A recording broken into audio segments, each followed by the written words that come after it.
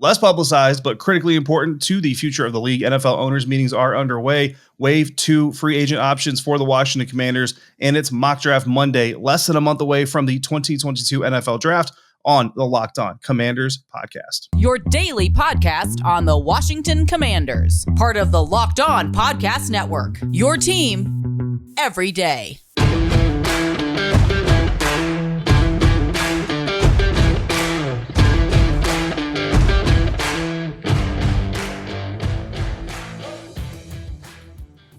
Welcome in, Commanders fans, to the Locked On Commanders podcast, part of the Locked On Podcast Network, your team every day. We are your daily podcast covering the Washington Commanders, free and available on all platforms, and we thank you for making us your first listen of the day or your first view of the day if you're checking us out over on YouTube. I am David Harrison, covering the Commanders for Sports Illustrated's Fan Nation.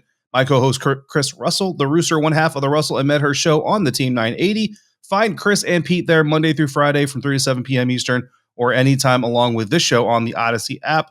When we're not there or here, we're on Twitter at dharrison82, at WrestleMania621, and at LO Commanders. Today's episode is brought to you by BetOnline. BetOnline has you covered this season with more props, odds, and lines than ever before.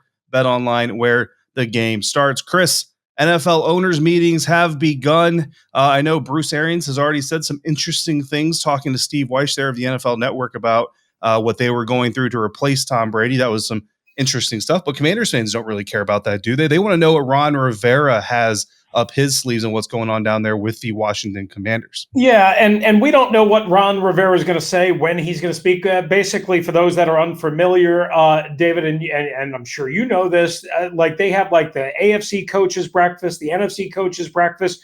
But like your point, Bruce Arians wasn't doing that. He was just talking to Steve Wyche because Bruce Arians is one hell of a guy. Well, guess who else also likes to talk besides me? And that's Ron Rivera, the head coach of the Washington Commanders. So at some point, we're going to hear from Ron Rivera, probably outside of that hour-long breakfast where it's a big shindig, where you can kind of meet with the media in different little groups and maybe a little one-on-one action.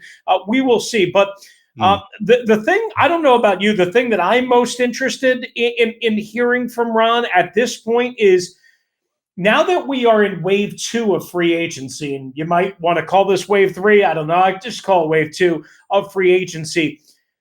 They don't have a lot of operating room because they chose to take a delay on the Landon Collins situation till post June 1st. Are they going to be aggressive in this wave, or do they have to wait for after June 1st to get those additional funds? And if they are going to be aggressive in this wave, which I don't know how aggressive they can be, David, does that include Bobby Wagner?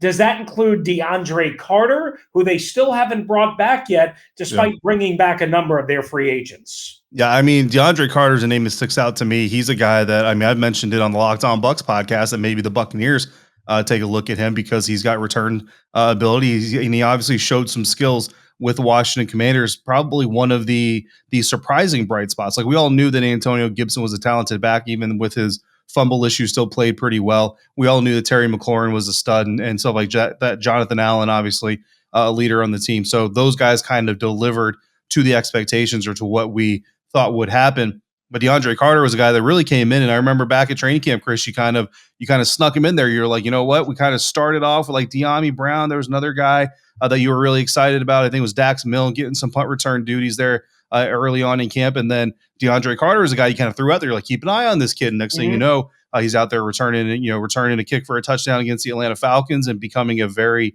very, I would say critical, but a contributing part of the offense. I like what he brings to the team. I'd love to see him back. And if not, I would just love to continue covering him, which is why I throw his name out with the Buccaneers. As far as a Bobby Wagner move, I don't know that I go Bobby Wagner. I think if you're Bobby Wagner, you're probably looking for a team that you know has playoff aspirations, right? Not to say like every team comes in with playoff aspirations, but you want kind of a proven track record of making the postseason, which is why teams like the Ravens and the Rams, especially with Baltimore, when they have guys like J.K. Dobbins healthy, Lamar Jackson's at his best, those teams make sense for a veteran like this versus a team like the Washington Commanders or maybe the Miami Dolphins, New York Jets, who are kind of building towards being those competitors. You know, it's interesting, though, that as you say that, and certainly the Rams won the Super Bowl, the Ravens did not make the playoffs because Lamar Jackson's injury plus their defense completely fell apart due to injury and COVID and all of that. But I don't know. I mean, do the Washington Commanders and the Miami Dolphins view themselves as not non-playoff teams, but non-playoff or non-championship contenders? Like, can they sell that on Bobby Wagner? I think the sell is easier for a team like Miami than it is for Washington. But if you listen to Ron Rivera, and I guarantee you he's going to say it at some point this week, Ron thinks this is the greatest team since sliced bread. David, they have been beating the drum all offseason long for, hey, we were a playoff team last year before the roof collapsed. Yeah. Slow down. Yeah. But if it helps you recruit Bobby Wagner, maybe you can. PFF, like the longer this goes, PFF has him projected for a 1-year, $8 million deal. Mm-hmm. Washington would have to move some things around in order to I think, absorb that right now. Maybe they could, depending on structure and all that stuff and exact language, but it's not that much money for Bobby Wagner, all things considered. I mean, if I've got to go 4 years, $48 million, no thanks. If I 1 year, $8 million, $7 million, somewhere in that range, I'd like to be in the Bobby Wagner industry, and I'd like to do whatever I can to convince him that Commander Carson is taking this team all the way. It's the next great thing. Yeah, I mean, you would love to have a guy like Bobby Wagner on the team. That's the question, is how much does he believe in what Ron Rivera and Martin Mayhew are going to be selling him, and maybe the other coaches, whoever he talks to, the other defensive players on the team that maybe talks to. But they also kind of, veterans talk and veterans pay attention, and the way that they came after Landon Collins, asked him to take a pay cut. He took it, asked him to take another pay cut. And, that's still just kind of a funny thing. But And who knows how much Bobby Wagner is going to read into that kind of a thing, or how much he's not. It's an eye of the beholder type of situation. But again, who's competitive, who's not competitive? Because I think what you can argue, if you're the Washington football team or the Washington Commanders, is that as the Washington football team, were you a better team healthy than the Philadelphia Eagles, who did sneak into the playoffs? I think you can make that argument, and in that sense, and you can say you're a playoff contending team. But if you're Bobby Wagner, are you looking at them saying, yeah, but you're a team that's going to be in the playoffs, not really challenging in playoffs? I'm looking for a team that's coming in as a challenger. Yeah, and I totally understand that, but let's be honest, you can't always call your shot and get your bag of cash too. True. So he might have to balance all that. We will see. He's visited with the Ravens, visited with the Rams. We will see where that goes. Certainly still a need. We'll get more into free agent fits and needs now that, again, we're in this second tier of free agency. One other thing I wanted to hit real quick, the overtime rules, David, are going to be changed likely this week after the vote and all that stuff. The reality is both teams are going to get at least one possession in all likelihood. Are you cool with that, or would you rather them just not touch what they currently have? I mean, to be honest with you, I like the college rules. I like the college overtime system. I think the NFL should just adopt it and say, you know what, that's a really good idea. Let's just copy paste that to the NFL. I don't think it's really that. I don't think anybody's gonna look at it and say, oh, you had to copy an amateur league and whatever. I think they just don't want to admit that another league, even though it's not a professional league, a competing league, has a better idea than they do. Look, I'm in the school of thought that if you lose in overtime, you had 4 quarters to beat the team that you played across the field from. You know what I mean? So I don't really have a lot of empathy for that whole thing. If NFL teams really want to ensure that each offense is going to get a chance to touch the ball, fine, I'm all for it. But what I would say is you're not going to make everybody happy, right? So one of the proposals, real quick, just to sum it up, says that if the first team to have the ball scores a touchdown, they have to score a 2-point conversion or go for a 2-point conversion. If they get the 2-point conversion, they still win outright, and you still have this situation where the other offense never gets on the field. So I don't see that as an all-encompassing solution either. But then the problem I have with that atmosphere, or that attitude anyway, is if the team that now misses the 2-point conversion because they had to, gives up a touchdown, that team gets to kick an extra point and win the game. And what's the other side going to say? Well, we had to go for the 2-point conversion. Nothing's going to make everybody happy. Yeah. If you really want everybody to have the ball, then fine. Just give both sides the ball. Just say, we'll do one possession. But I would say, Chris, those first 2 possessions are untimed possessions. After that, we start an 8-minute running clock. First score wins, or the game ends in a tie. That's what I would say, because if you still have a 10-minute clock, if I'm say the Kansas City Chiefs, or if I'm a team with a really good run offense, the Tennessee Titans, what's to keep me from being inside the 10-yard line with 6 minutes left in that overtime period and not just grinding the ball, run that clock down to where now the opposing team has 4 minutes. There's nothing that's going to make everybody happy, but if you want to guarantee both sides touch the ball, and don't play this game of, well, if you get a 2-point conversion and a touchdown, then you win the game, because you still have that problem potentially hanging over everybody's head. I haven't heard the idea of starting the clock after each team has a possession, because that would be my concern about any of all of this, is extending a game even further when you have bodies, and teams riddled with injuries, playing on short weeks, Sunday to Thursday, Monday night to Sunday afternoon, so on and so forth. All right. Jarvis Landry, guys, is still unsigned as of right now and under new contract representation. The Washington Commanders should make a run at a veteran wide receiver, and we'll tell you why it might just be Landry. But first, David is here to talk about something Landry isn't, and that's a marshmallow puff. Yeah, of course we're talking about Built Puffs. If you haven't tried Built Puffs, you're missing one of the best parts of the Built Bar lineup. Puffs are the first ever protein-infused marshmallow. They're fluffy, they're marshmallowy. They're not just a protein bar, they're a treat, and they're covered in 100% real chocolate, and they're fan favorites with some amazing flavors out there. Built Bars, all Built Bars are covered in 100% real chocolate, including the Puffs. They're low calorie, high protein. You can replace your candy bars for them, still have a sweet snack, but not feel guilty about it, because they're better than a typical candy bar that can have anywhere from 200 to 300 calories, while most Built Bars contain just 130 calories, only 4 grams of sugar, only 4 net carbs, and come loaded with 17 grams of protein. They're all delicious with new flavors coming out all the time. If you think a flavor might be good, they're probably going to make it. And at Built Bar, they make it delicious first, then they figure out how to make it healthy, and they make it work every single time. Go to Built.com, use promo code LOCK15 and get 15% off your next order. Again, that promo code LOCK15 for 15% off at Built.com.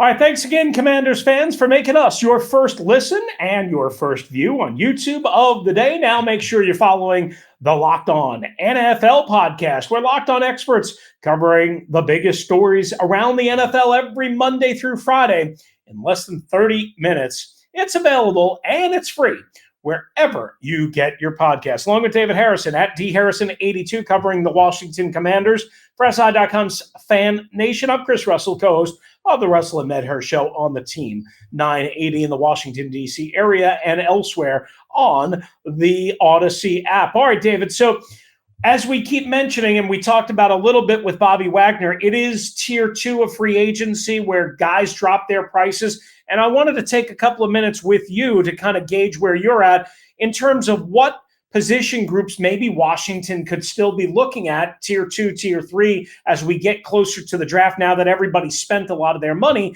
And the position groups that I kind of like came up with off the top of my head that they could still use help is cornerback, tight end, wide receiver, and linebacker. We just talked about or mentioned Jarvis Landry. And as you were correct, he fired his agent or moved on from his old agent. Now he's got new agents because he didn't get the kind of contract that he was looking for. So I don't think Jarvis Landry comes cheap. But if we're looking at the wide receiver position, A, do you think they still need veteran help? And B, is there anybody besides Jarvis Landry that they could go to in your eyes? Or would Jarvis Landry be at the top of that list even if he costs more money than ideally you'd like to spend? Yeah, Jarvis Landry's at the top of the list for me. And I don't have a connection with Jarvis's camp or anything like that, but just the way that he carries himself, the way that he presents himself in a locker room is what really attracts me to a guy like Jarvis Landry. We've talked about this already this offseason, and what is the identity of the Washington Commanders? And so many times that identity is tied to the quarterback, and then the relationship between the quarterback and the head coach. Well, when you have a defensive head coach and you have a quarterback that's obviously an offensive player, that relationship is always just a little bit skewed, which is kind of why you saw like Tom Brady and Coach McDaniels kind of have a better bond, at least publicly, than Coach Belichick and Tom Brady do necessarily. But I still look at the quarterback situation, and I still question what is going to be the mentality, because as much as I think we both agree Carson Wentz is a physical upgrade over Taylor Heineke, there are those leadership questions. Those leadership questions it's going to take some time for Carson to one, fully get integrated into the team, and two, really get to the point where people believe he is going to be the leader of the team and his personality starts to kind of lead the way. So in the meantime, you need a strong personality, a leadership voice in the offense that can help shape and mold the offensive attitude and the characteristics of your team. And honestly, with a guy like Jarvis Landry, if Carson Wentz comes in is not holding his own water, which I'm not saying he's going to do that, but if he comes in, he's not holding his own water, Jarvis Landry is the wide receiver that's going to call him out for it. And Jarvis Landry is going to hold him accountable for it. I'm not even saying necessarily to the media or to the public or anything like that.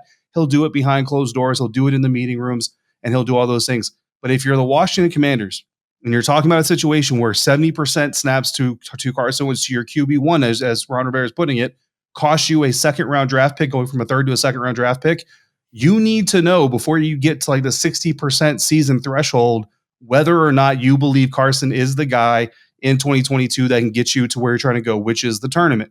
And if he can't, you need to make that decision ahead of time and make whatever decision you have to make in light of that revelation. Jarvis Landry, I promise you, is a wide receiver that is going to help you do that, and he's going to help continue Terry McLaurin's development as one of the better professionals in this league, because Jarvis is a lot of things. Very spirited, very fiery, but he's a professional, and he's never been called a cancer in a locker room or on a team, and he's a tough receiver that any quarterback would love to have on the roster. Another name that's out there is Emmanuel Sanders. Last with Buffalo, scored a touchdown against Washington in Week 3.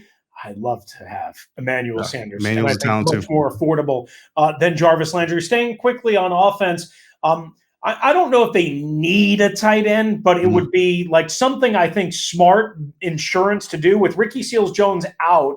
Yeah. And of course, Logan Thomas coming off the ACL, which, wasn't repaired until mid to late December. There's a chance that Logan Thomas could be certainly on a pitch count, limited, maybe not even available for Week 1. And that would leave you with John Bates and Sammis Reyes. To me, like a guy like Jared Cook, if you could somehow reel him in, that would be an ideal veteran short-term fit who could also help you long-term if you wanted to carry 4 again. Yeah, honestly, look, I like addressing the tight end position again this offseason. I like doing it in the NFL draft. I think there's a lot of talent in the NFL draft class here. And believe me, I'm the guy who's been saying you have to approach the offseason based off of what you have, not what you want. And at the tight end position, what do you have? You have, like you mentioned, a very talented tight end who's coming off of a very seriously, injury shortened season. You have a second-year player who showed some flashes of being good, not great, but being good. And then you have a very unproven second-year player who is, unproven. So you need to address the position. I agree. But this is where I'll let myself kind of get into the what I want or what I think will happen realm just a little bit. Still address the position, still go get some talent. But in a draft class where there's probably no first-round tight ends, I don't think any tight end is going to go in the first round, but you have a lot of day 2 talent in the tight end class. I think you go out there and you look to potentially address that on day 2 at the NFL draft. And I know that Washington has the Texas A&M kid who is tight end number 1 or 2, depending on which board you look at. They have him on their 30-man interview list for their draft preparation. So obviously they're doing their homework on the tight end position. Yeah, no doubt about it. And that makes sense. And Trey McBride is out there, and Dulcich from UCLA, as you mentioned, a lot of really good value in those middle rounds. All right, quickly switching over to linebacker. I mean, we discussed Bobby Wagner. Of course, that's the name that fans want the most because that's the name that they're most familiar with. A couple of other options would be Alexander Johnson, a versatile linebacker from Denver, Nicholas Morrow, who, again, was with Jack Del Rio back in 2017 with the Raiders, missed all of last year, but almost came back for their playoff loss. And then the other big question would be Dante Hightower. Yeah. I don't have any interest in Dante Hightower, even though he's been a very productive player at 32, going on 33, some injuries. No thanks. I would rather not go there. I'm not sure if you agree or disagree. I agree. Yeah. Okay. So then we don't have to spend a whole lot of time. And then at corner, they brought back Danny Johnson. But, a guy like Bryce Callahan, a really good slot corner, is still out there. Mike Nelson can play the slot as well. What about Joe Hayden, David? A Maryland product, and doesn't look like he's going back to the Pittsburgh Steelers. No. And he's a zone corner, which they were kind of forced to do more of. What about Joe Hayden? Yeah, look, if Joe Hayden is out there after the NFL draft, absolutely. You go out there and you say, hey, look, dude, how much money do you want to play football this year? because obviously there's just not a lot of suitors out there. I like Bryce Callahan before the draft. And if you get him before the draft, again, going off of what you have Benjamin St-Juste, very long, very talented, a lot of ability when he's on the field. Unfortunately, just wasn't on the field very much. Now, he has said that he is healthier. He has said that he's been working out a lot, and he's working out with some very talented guys. So, I mean, you have some hope there. But, again, you have to address the position based off of what you have. Danny Johnson is not enough. So I like Bryce Callahan. And then, look, if a guy at the top of your board is there in a later round and you have a draft pick coming up, go ahead and invest in the position group again in the NFL draft and just see what the best, say, 3 or 4 guys are that come out of camp.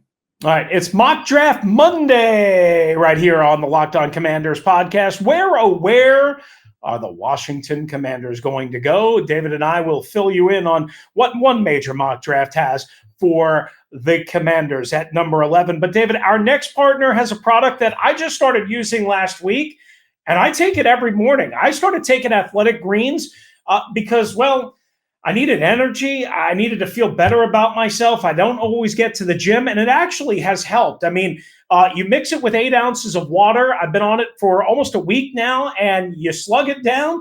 And while, it may not be, a peanut butter smoothie, it is a way to get your day going in a healthy and nutritious way. And I want you guys to understand more about Athletic Greens. What is it? It's one delicious scoop of Athletic Greens. You're absorbing 75 high-quality vitamins, minerals, whole food sourced superfoods, probiotics, and adaptogens. I don't even know what an adaptogen is, but trust me, it'll be good for you. It'll help you start your day right. It's a special blend of ingredients that support your gut health, your nervous system, your immune system, your energy, recovery, focus, and aging, all of those things. So here's what we want you to do. Consider Athletic Greens. It costs you less than $3 a day. You're investing in your health, and it's cheaper than that cold brew coffee or certainly that fufa latte drink that many of you get. Right now, it's time to reclaim your health and arm your immune system with convenient daily nutrition, especially heading into the spring and summer with all the allergies and all the stuff going on. Just one scoop in a cup of water every day. That's it. No need for a million different pills and supplements to look out for your health. Athletic Greens is going to give you a free 1-year supply of immune-supporting vitamin D and 5 free travel packs with your first purchase, guys. All you have to do is visit athleticgreens.com/NFL Network. Again, that's athleticgreens.com/NFL Network. Take ownership over your health and pick up the ultimate daily nutrition insurance. Final segment here at the Locked On Commanders podcast. David Harrison and Chris Russell on Twitter at DHarrison82, at RussellMania621, at LO Commanders. It is Mock Draft Monday. And for this Monday, we're looking at Mel Kiper's latest work. Of course, Mel Kiper Jr. from ESPN, the notorious upsetter of Indianapolis Colts general manager. So watch out, Chris Ballard. In his latest work, Chris, we talk about the quarterback position. Mel Kiper Jr. has the Washington Commanders drafting Derek Stingley Jr., cornerback out of LSU. What do you think about that? All right. So a couple of things here. I don't hate the idea. Again, we just talked about cornerback being in need. We know how raw we know how talented Derek Stingley Jr. is. Of course, NFL bloodlines, all of that. We know how good he was back in 2019 when Coach O was coaching LSU, go Tigers, and they won the national championship. But he hasn't been the same since then. So Coach O got fired, and Derek Stingley Jr. has been injured a whole lot. Go Tigers. But anyway, that's my problem. Derek Stingley Jr. has been injured a whole lot over the last 2 years. And I was talking to Logan Paulson, longtime tight end in the NFL, and he serves as a radio analyst on my radio show with Pete Medhurst on the Team 980. And I love Logan, and Logan listens to this podcast, watches the podcast all the time. So hi, Logan. But he has Derek Stingley Jr., David, wait for this, his 4th best corner in the draft. He said it showed up all over the tape. The dude does not love football and does not have a brick running through a brick wall mentality and like a passion for the game. So when you hear that, you think, would that scare you off if that's Logan's view? Or do you think there's a chance that somebody might see something different? I mean, yeah, honestly, like what Logan says obviously carries a lot of weight, and that's even more. But I've already got concerns about Derek Stingley Jr. before we Mhm. even get to the passion about the game. And I mean, let's be honest. Most people who flame out in the NFL, they flame out because of mental ability, not because of physical ability. Now, sometimes you do have injuries, right? I always go back to Kajana Carter. He was supposed to be the next big running back in the National Football League, and his body said, "Nope, we're not going to do this," and he ends up, flaming out due to injuries. But guys who stay healthy but still don't make it in the NFL, usually it's a mental thing. Usually it's either work ethic, it's passion for the game, it's willingness and ability to study, retain information, read your signals, read your changes, all those things, right? So when you talk about the mental acuity of a player and you have doubts about it, that's always going to be a concern and a problem. But really, from Derek Stingley Jr., it's just been too long since we've really been able to see and evaluate what he can do on a football field. And if I'm investing a first round draft pick in you minus a trade back to where I net other draft capital, so I'm kind of hedging my bet a little bit. I'm kind of cushioning that investment a little bit if it doesn't work out. I just can't get on board with doing something like that. For me, injury risk, injury concerns, lack of evaluation, stuff like that. Those are late first round picks, or they're trade up into the first round picks or first round to get a guy like that, or they're even day two type of guys. And honestly, I go back and I know some of our listeners hate when I do this, but the Tampa Bay Buccaneers last year picking 32nd overall in the 2021 NFL draft. What they do? They go out and they take Joe Tryon-Shoyinka. Now, Joe Tryon-Shoyinka hadn't played football for a year because he opted out because of COVID and all those things. So there's a little bit of a gap in the evaluation process there. Now, to a certain extent, you kind of give him a pass because everybody was really kind of dealing with that situation, right? There were a lot of players in that boat, but at least you had a consistent body of work to read from. With Derek Stingley, you just don't have it. Now, Mel Kiper does point out April 6th as his pro day. That's going to be very important, how he tests and all those things. And I agree. But I'm not going to draft a kid based off of workouts in number 11. And again, the tape that we have for me consistently is too old to rely on now. And I'm not going to draft a kid number 11 on workouts. So for me, Derek Stingley Jr. is off my first round board. If he's there in round 2, okay, maybe I just take a risk on the upside. You know what I mean? That's something that you can deal with. But in round 1, I'm looking for a guy that I know what I think I'm getting, even though sometimes that doesn't even work out. But I know at least what I think I'm getting because of recent evaluation film and tape. And I have minimal to no health concerns. And Derek Stingley doesn't fit any of that. Right. If Sauce Gardner is there, which in Mel's mock draft, he went one pick before. Make Carson Wentz throw an 80-yard bomb up to the commissioner with that draft card. Absolutely. Right, exactly. There's no debate there. And I love what you said about Stingley. Maybe he does. Maybe that's the precipitous drop that we always see. More on mock drafts. I know our buddy Eric Crocker has one that just came out. We'll get more into that, of course, on the next episode. Speaking of Eric Crocker, thanks for making the Locked On Commanders podcast your first listen and watch of the day. Now make your second one the Locked On NFL Draft podcast with Ryan Tracy and the aforementioned former NFL cornerback Eric Crocker. They bring the NFL draft to life each and every day with insight and analysis on college football prospects and NFL front offices. It's free and available wherever you get your podcast. So we'll have that and much more reaction to the owners' meetings continuing throughout the week right here on the Locked On Commanders podcast. For David Harrison, actually, one more thing to tell you. If you want to hop in on the voicemail, which we got a couple that we have to get to, 301-615-3577. We will get to them on the next episode, or lockedonwashingtoncommanders@gmail.com. For David Harrison, who is writing for SI.com's Fan Nation on the Washington Commanders, I'm Chris Russell, one half of the Russell and Medhurst Show on the Team 980 and the Audacy app. If you're out and about, please be safe, be kind to one another, don't drive like a maniac, as I like to always tell you, and thank you for joining us right here on the Locked On Commanders podcast.